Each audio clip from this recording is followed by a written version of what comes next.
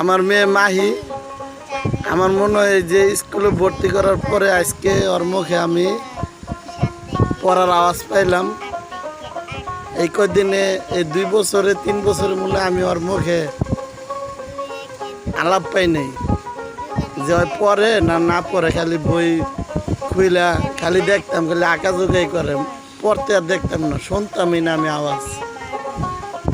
আজকে ওর কিভাবে জানি সম্মতি হয়েছে, আওয়াজ করে করে পড়তেছে। আজকে আমি ফার্স্ট শুনলাম।